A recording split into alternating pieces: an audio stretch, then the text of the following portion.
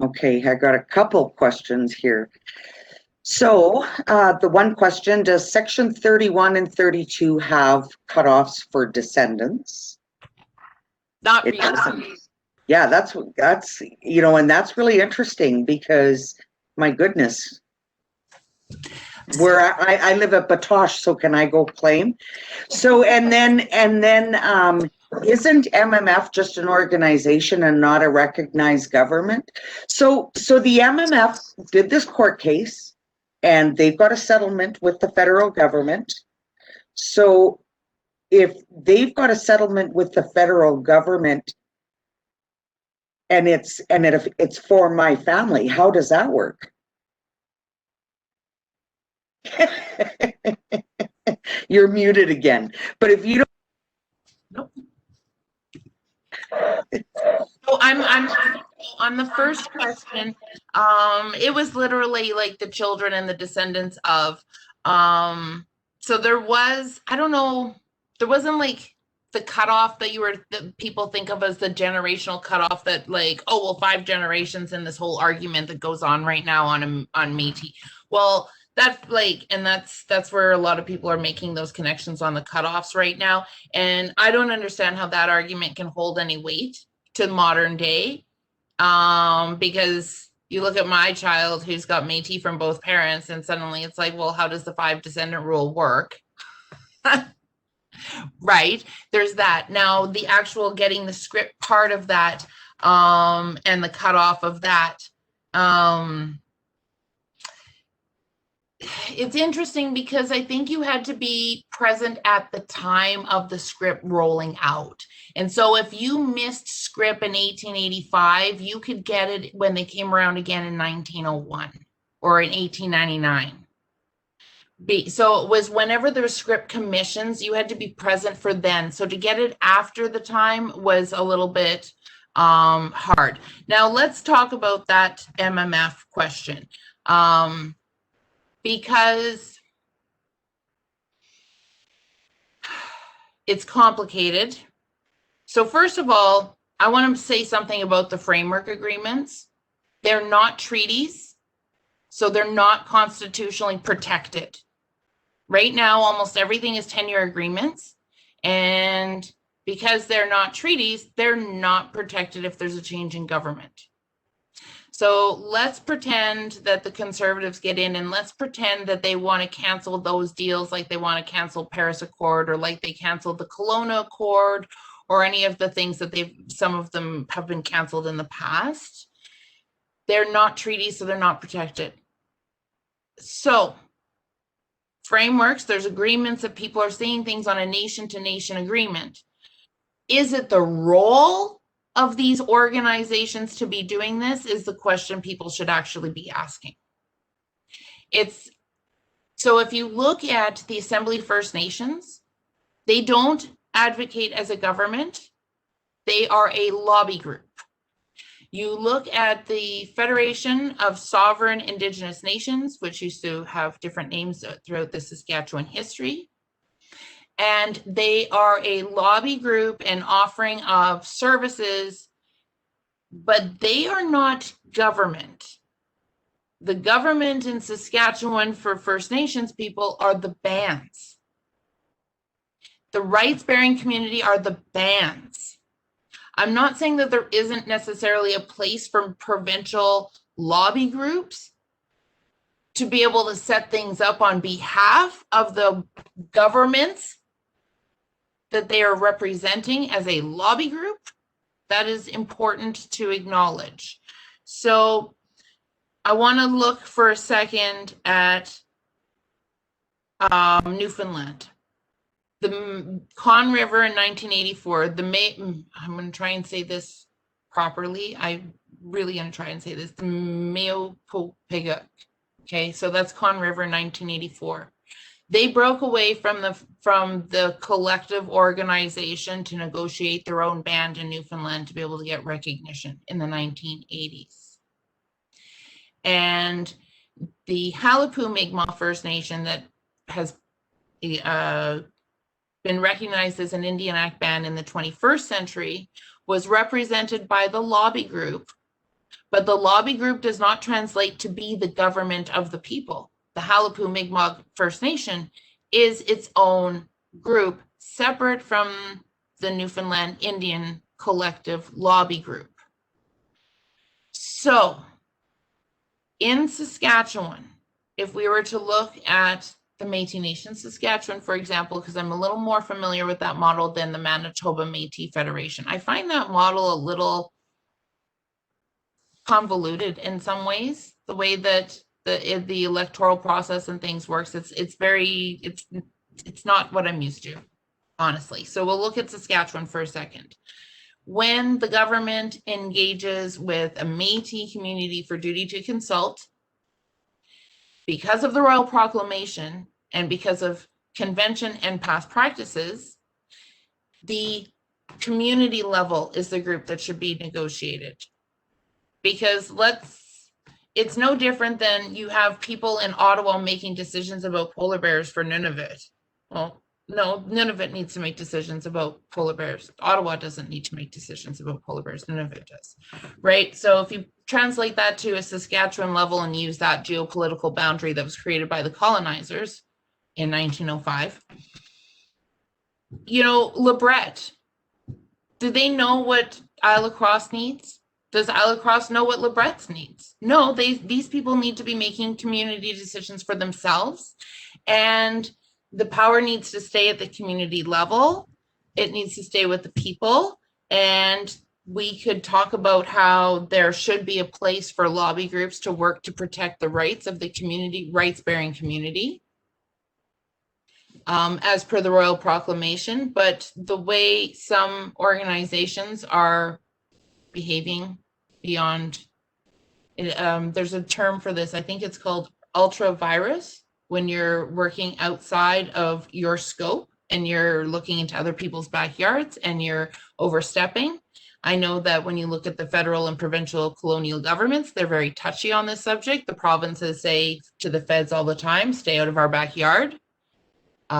We've seen political leadership get in trouble for making comments at the federal level about healthcare, and the provinces saying, whoa, whoa, whoa, that's not your jurisdiction.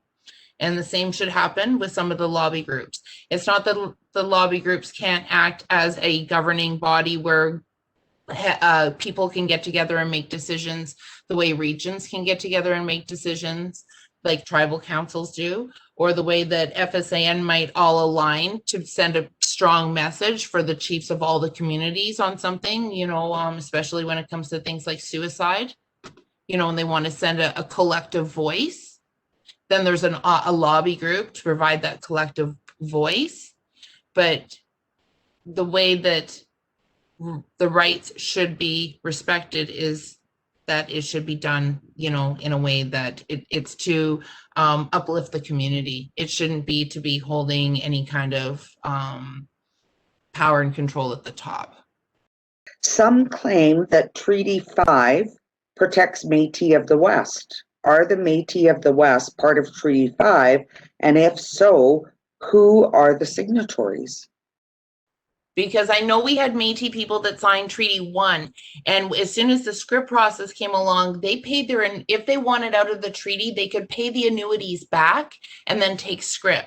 I know that in Treaty 4, we have Métis that signed treaty and became band members and have stayed band members down in Treaty 4 in southern Saskatchewan.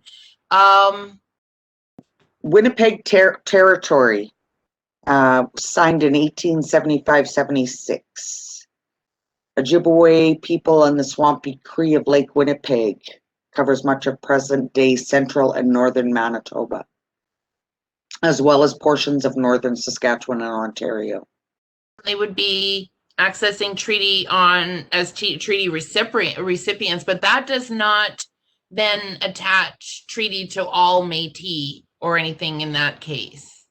That would be like, oh, well, there was a land treaty signed in Saskatchewan with First Nations, so that means everybody has signed treaty now that's First Nations. Like, I don't know, maybe I didn't read the question, I only heard what you had said, so I'm not sure if I'm understanding it right, but my understanding is like whoever signs treaty from that area, that's you belong to that treaty. There's two sides. There's always two sides to treaties too. Okay, it's the question was from Jermaine Furlong, and it says, I stand corrected. Treaty 1, is that the treaty whereby if a white man wanted to be a registered Indian, they had the choice or to be classed as a Métis? I don't know that it was ever given, like anybody was given a choice to a white man. I've never heard that. Hold on, I do have a book. It is an Arthur Ray book. It's the Treaties of Saskatchewan. Well, it's got numbered treaties in it, but no, I don't think that it was ever. So Treaty 1 was the first treaty, and because Métis didn't have a separate designation, that one was the one where Métis could take treaty if they wanted to, or be identified as a white man.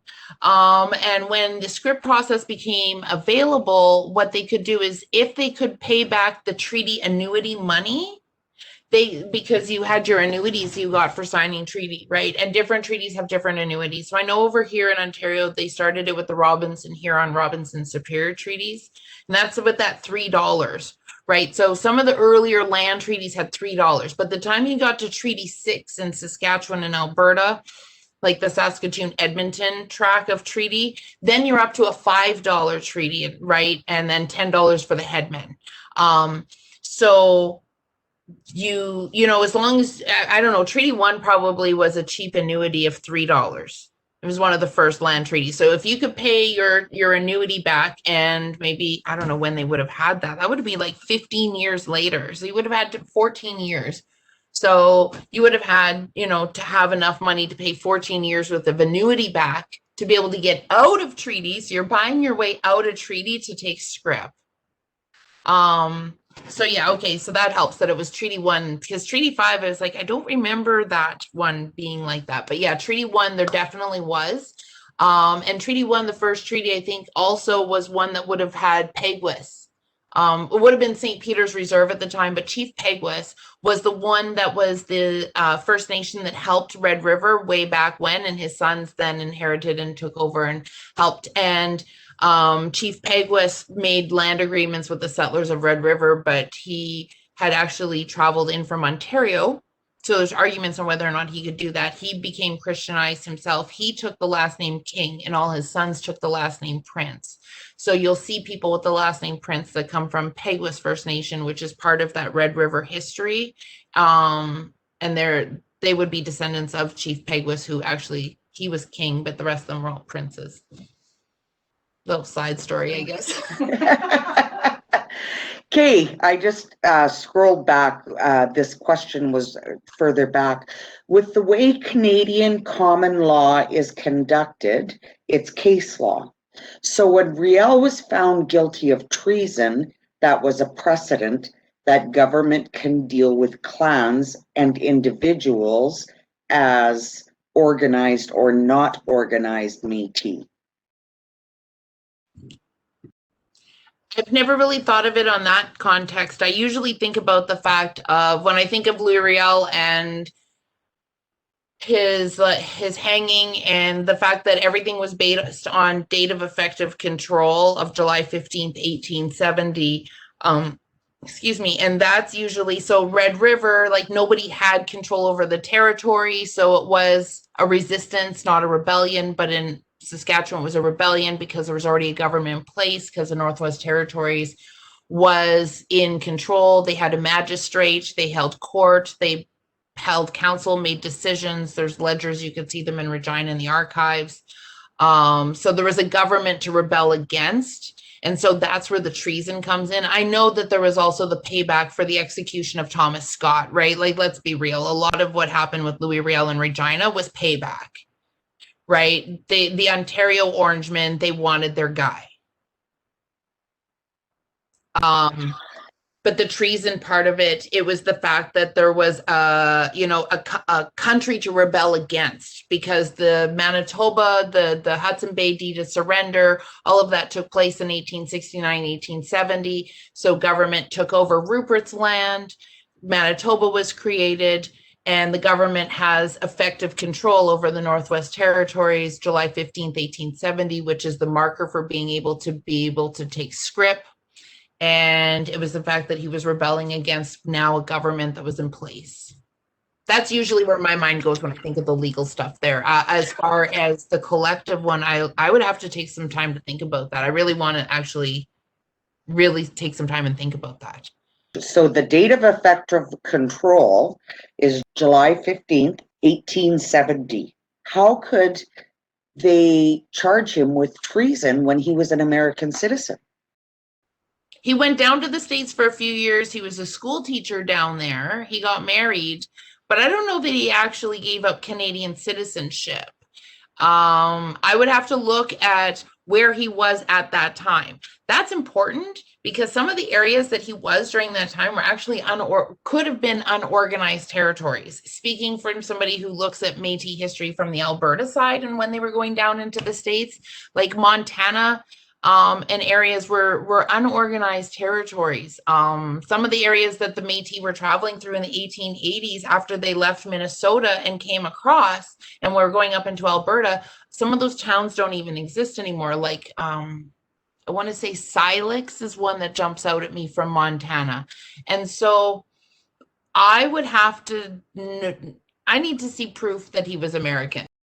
Okay, March 16th, 1883, Riel swore allegiance to the USA and denounced his ancestral land. So do you consider him Métis of Red River? She said she's saying she saw the actual documents. Well, she said the copy. I don't know the actual legal ins and outs of that. That's interesting that he became American, especially since he was so adamant when he was in Red River of not taking American assistance when people were pushing him to take American assistance. And he just didn't want, he wanted to go the diplomatic route. But you had, what's his name? I'm at a blank for his name, but Schultz, he's running the newspaper and he's, creating more tensions between Métis and government in Red River in 1869 through his newspaper. And he's from just up the road here because I'm in Windsor and he actually is from Amherstburg. And Louis Riel, he just wanted diplomacy. And so when people are like, well, we're getting into armed conflict, we need help from the States. He's like, no, we can handle this on our own. Some people wrote to the American government without him anyway. So yeah, I mean, maybe he was just like, I'm done, because he was elected as the MP and went to Ottawa, signed the ledger, right? But then he left. So that's interesting. I'd love to see a copy. Whoever was able in the chat who could, lead me in that direction. That'd be really interesting. So yeah, maybe he couldn't, be, charged for treason, but like I said, at the end of the day, we all know what it was really about. It was about the execution of Thomas Scott. Correct, exactly correct. So we've been, there's so much, and when you look back and how the Métis people tried to negotiate so often with the federal government, and it just, like I know in Batoche that they had heard the surveyors were coming, and so they started writing petitions and sending letters, and then next thing you know is we got the army showing up at the door. So it's really kind of interesting that here's a group of people that are trying to do things diplomatically and register the land properly, and they're getting the army sent. That's because McDonald needed a railroad. It's totally what it was, right? So Canada was broke and the Americans were fighting First Nations people. What it cost the American government to fight First Nations people was more than Canada's national budget. You have the promise of connecting BC to the rest of Canada, 15 years almost now. They're bankrupt. McDonald goes to the bankers in New York and says, I need a railroad. I've got an insurrection, or whatever he called it, to the bankers to get the money. I've got this guy, Louis Riel, and his buddies. They're causing a storm, and I need to get military out there. And really, he was saving his promises to BC and used Louis Riel as the excuse, right? It was an excuse to get the railroad finished. Because, I mean, they didn't need the railroad to do it for Red River. You know, but now they had this promise to BC, and they were broke. Canada was broke.